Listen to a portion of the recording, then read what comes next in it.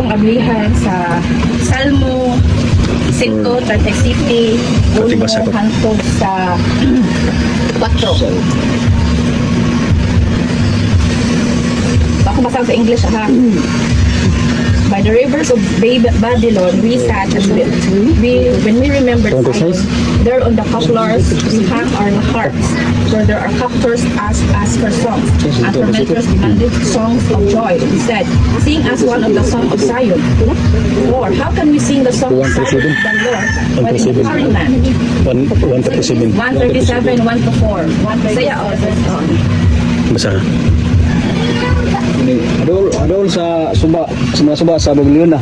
Dito kami managlingkod o managhilak kami sa nahinumdum kami sa Sion, sa ibabaw sa mga tagbo dito sa kinatilawan-an niini pa mitay kamo. Ang namo ang among mga alpa kay dito sila nga ning dala kanamo nga mga binihag na nagpangayo kanamo og mga awit ug sila nga nanakisakit kanamo na nagpangayo kanamo og kalipay nga nagaingon sa awiti kami ug usa sa mga awit sa Sion. 4 unsaon namo sa pag-awit sa alawiton sa Ginoo sa yuta nga dili amo sa 4. Kung ilan ato ang pantalon is praising God in tough times. Sa panahon nga kita na ang mga kalisod, na panon ba ninyo ang mga dayda sa Ginoo, diba? Ato kasagaran is na ato sa kalisod na kasi magpagsuway ang na natin natin is pray ng gusto, pray. So ako yung difference between pray and between praise. So ang pray is what we ask about God sa atong mga gipangayo. Ang praise is ang praise is kinsa ang Ginoo sa atong kinabuhi. So meaning praising kanang we celebrate the goodness, we celebrate is God in our life. Like kanang bisan pa diha wala pa nimo natubag ang mga pag-ampo, wala pa nimo nadawat ang mga imong gipagampo, mag-imong gipasalamatan na sa Ginoo ang mga kaayuhan na ang kaayuhan ina ang pagday na ang imong mga sa pagday di ba imong giklaim nimo unsa ang kaayo sa atong Ginoo even you are in the midst of kanang kalisod or naa di ang pag-tuo ba. So sama ni ining bersikulo nga sa kaning ingon diri nga kanta man ni siya by the rivers of Babylon. Kanta mo mo tang tension. There we sat down. Oo, betul kanta betul. Remember Zion. Kanta na siya. Sabutan nila. Kanang sila mga Israelites kanang himo ni sila pulipon dito sa kanang Egyptian ba sa mga enemy. Dito sa kuan sa Tuya ka sa Egypt sa mga Egypto.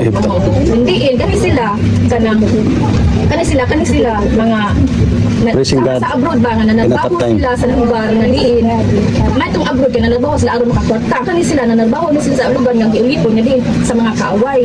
So sa dihang hibawaan nila nga ang ilahang ang syudad sa Jerusalem sa Zion kanang na-tear down na gani na-destroy na ba sa Bisaya ana wala na ang wall wala na ang temple dahil hibawaan na nila so nag-uol sila so sa dihang nang lakaw yung mao ni diri nga in the rivers of Babylon naglakaw sila padung sa Suba ang mga kasadya sa Babylon nanghulog sila hilak sila ilang ang mga liars nga ilang ibutang nanghilak sila nga sa dihang hibawaan nila nga ang ilahang ang Jerusalem ang Zion na naguba na mga bridges nila ang wall ang temple dito nag-uol sila so sa dihang nakit-an sila sa mga taga ilang kaaway sa mga Egyptian di na sila nga kanang nanghilak no pagkapoy mo ano ba kanang sige nga kanang kanta daw mo sa inyong gikanta dito sa Jerusalem yan na sila so ikaw diyan kung naka sa kaguol ganahan ba dito mo kanta nga naka sa kaguol ya napa dito sa lugar nga diin nga lugar nga diin mo tayang ikuan gadi kita mo kanta kasagaran mo kanta ba tayo kanang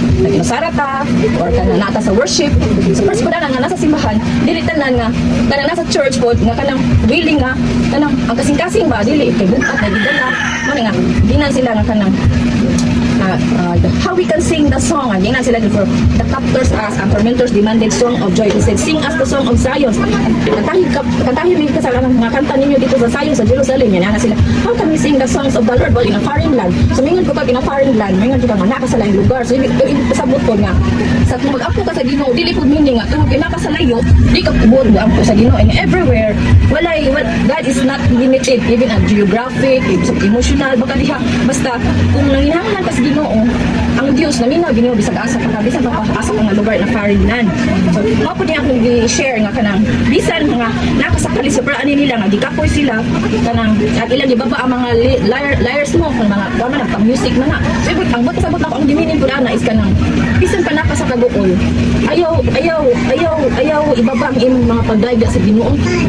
Isakang imong mga pagdayga sa Ginoo kay sa mga pagdayga imong gisimba ang Ginoo bisan pa man nga may ubos ka ang Dios mas malipay gyud mo naging nga nasa Mateo 15:8 naging these people honor me with their lips but their hearts are far from me. Amo to kung gingon ninyo nga kanang adunay mga tao nga nagadaig sa Ginoo apan ang ilang kasing-kasing layo ra.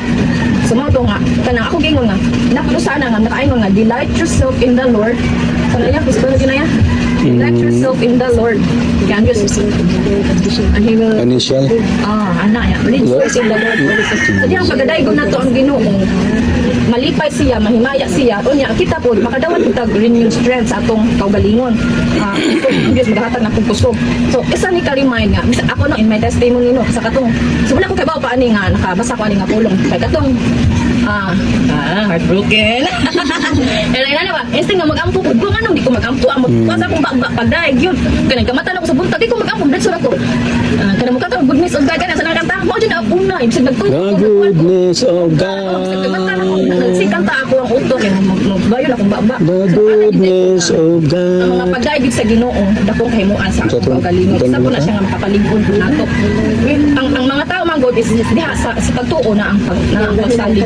Wala man ningon din sa hallelujah, panagsaraba. Dawas daw kita mga luto na ta. Kanang mga what I mean by kanang sa mga kasubo ba.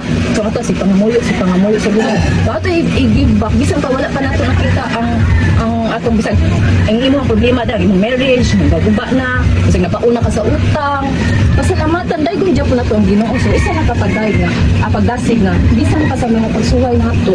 Bisan na ni taga mga Israelite ba. Bisan pa sila kapoy na naghilak sila kay wala na sila ikuan dito. Pero na ang ilang mga pagdaig gyapon da sa Ginoo gyapon. So isa na ko yung puningan ako. Mana? Ano? Mana siya?